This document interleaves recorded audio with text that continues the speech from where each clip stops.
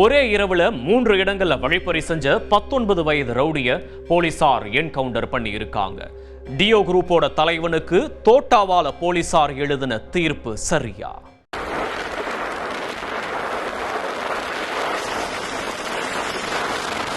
நள்ளிரவில் ஹைவேயில் சிட்டாய் பறக்கும் இந்த மூவரும் சாதாரண ஆட்கள் இல்லை. சாலையோரத்தில் ஓய்வெடுத்துக் கொண்டிருந்த லாரி டிரைவர்களை அரிவாளால் வெட்டி செல்போன் பணத்தை கொள்ளையடித்த வழிப்பறி கூட்டம். ஒரே இரவில் 3 டிரைவர்களிடம் வழிப்பறியை அரங்கேற்றிவிட்டுதான் இப்படி புயல் வேகத்தில் சீறி பாய்ந்து எஸ்கேப் ஆகியுள்ளனர்.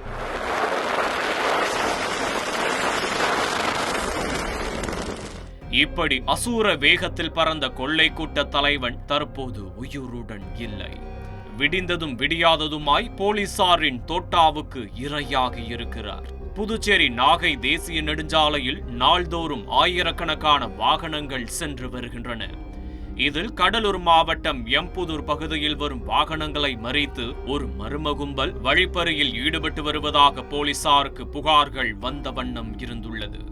இதனால் காவல்துறையினர் இரவு நேரங்களில் ரோந்து பணியில் ஈடுபட்டிருக்கிறார்கள். இந்த நிலையில்தான் புதுச்சேரியிலிருந்து மயிலாடுதுறைக்கு சென்ற ஒரு லாரியை மறித்த கும்பல் ஓட்டுநரை அரிவாளால் தாக்கி செல்போன் மற்றும் பணத்தை பறித்துள்ளது. அதேபோல் சாலை ஓரத்தில் லாரியை நிறுத்திவிட்டு ஓய்வெடுத்துக் கொண்டிருந்த மற்றொரு டிரைவரையும் அரிவாளால் தாக்கி வழிப்பறியில் ஈடுபட்டுள்ளனர். இப்படியாக ஒரே நாளில் ஒரே இரவில் அடுத்தடுத்து 3 லாரி ஓட்டுநர்களை அந்த கும்பல் வெட்டி தாக்கிவிட்டு செல்போன் பணத்தை கொள்ளையடித்திருக்கிறது. இந்த தகவல் அறிந்து கடலூர் எஸ்பி ஜெயக்குமார் தலைமையில் 3 தனிப்படை அமைத்து குற்றவாளிகளை தேடும் பணி தொடங்கியது. போலீசார் சிசிடிவி காட்சிகள், செல்போன் சிக்னல் போன்றவற்றை ஆராய்ந்து தடயங்களை சேகரித்தனர். மேலும் பாதிக்கப்பட்ட லாரி ஓட்டுநர்களிடம் கொள்ளையர்கள் குறித்த அங்க அடையாளங்களை பெற்றுக்கொண்டனர். பாதிக்கப்பட்டவர்கள் கூறியதிலிருந்து கொள்ளையில் ஈடுபட்ட அனைவரும் 20 வயதுடைய நண்டு சிண்டுகள் என்று தெரிய வந்திருக்கிறது. உடனே தேசிய நெடுஞ்சாலை மற்றும் மாவட்டத்தின் பல்வேறு பகுதிகளிலும் கண்காணிப்பு அதிகரிக்கப்பட்டது. அப்போது எம்புதூர் பகுதியில் உள்ள ஒரு தோப்பில் வழிப்பறி கூட்டத்தின் தலைவன் பதுங்கியிருப்பதாக போலீசாருக்கு தகவல் கிடைத்திருக்கிறது. உடனே அங்கு விரைந்த போலீசார் தோப்பில் இறங்கி தேடி இருக்கிறார்கள். அப்போதுதான் புதருக்குள் மறைந்திருந்த ஒரு கொள்ளையன் திடீரென வெளியே வந்து 2 போலீசாரை அரிவாளால் வெட்டிவிட்டு அங்கிருந்து தப்பிச் செல்ல முயன்றுள்ளார். இதனை கண்ட ஆய்வாளர் சந்திரன் தப்பி ஓடாமல் சரணடைய சொல்லி அந்த கொள்ளையனுக்கு எச்சரிக்கை விடுத்திருக்கிறார். ஆனால் அந்த கொள்ளையன் கேட்பதா இல்லை.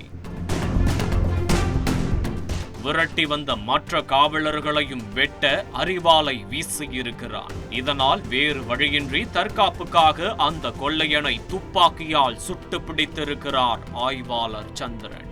கும்பலுக்கு தலைவராக இருந்தவர் விஜய் என்ற மொட்டை விஜய். இவர் எம்புதூர் அந்த டிபி ஹாஸ்பிட்டல் பின்னாடி இருக்கக்கூடிய ஒரு தோப்புல பதுங்கி இருப்பதாக ரகசிய தகவல் கிடைத்தது. அதன் பேர்ல ஆய்வாளர் சந்திரன் தலைமையில் காவல் தனிப்படையினர் அங்க போறாங்க.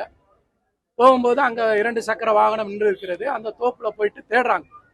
தேடும்போது சடனாக புதர்ல இருந்து வந்த இந்த விஜய் முதல்ல காவலர் கோபியை வெட்டுறாரு.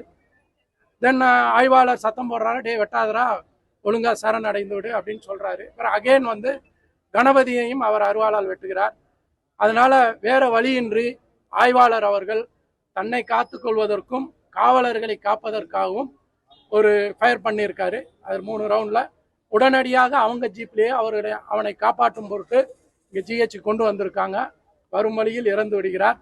இப்போ இந்த கணபதி மற்றும் கோபி ஆகியோர்களுக்கு கொஞ்சம் படுகாயம் அடைந்து அந்த சிகிச்சையை பெற்று வருகிறார்கள். இந்த தாக்குதலில் குண்டடிப்பட்டு உயிருக்கு போராடிய கொள்ளையனை போலீசார் மீட்டு மருத்துவமனையில் சேர்த்தனர். ஆனால் அவர் ஏற்கனவே இறந்துவிட்டதாக மருத்துவர்கள் தெரிவித்துள்ளனர். என்கவுண்டர் செய்யப்பட்ட கொள்ளையனின் பெயர் விஜய் என்கிற மொட்ட விஜய். வெறும் 19 வயதுதான் ஆகிறது. ஆனால் இவரின் கிரைம் ஹிஸ்டரி மிகவும் பெரிது. கிட்டத்தட்ட 33க்கும் மேற்பட்ட குற்ற வழக்குகள் இவர் மீது நிலுவையில் உள்ளது.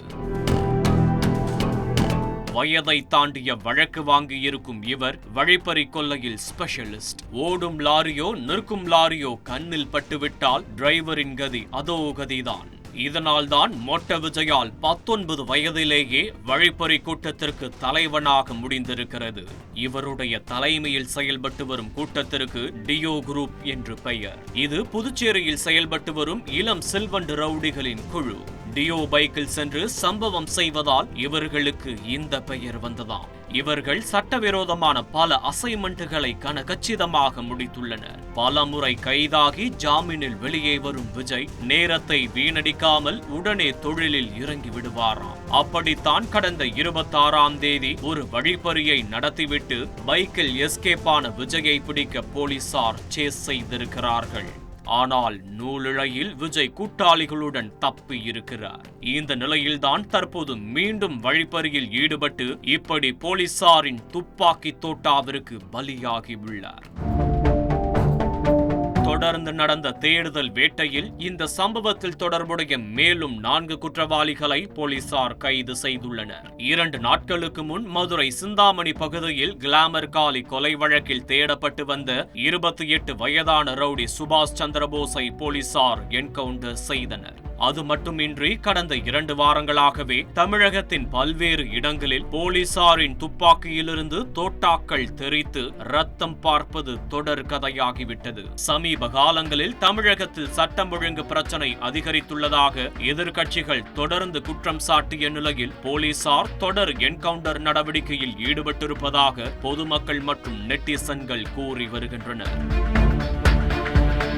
குற்றவாளிகளுக்கு தோட்டாவால் தீர்ப்பு வழங்குவது சரியா என்றும் கேள்வி எழுப்பியுள்ளனர். செய்திகளை உடனுக்குடன் தெரிந்து கொள்ள உடனே சப்ஸ்கிரைப் பண்ணுங்க.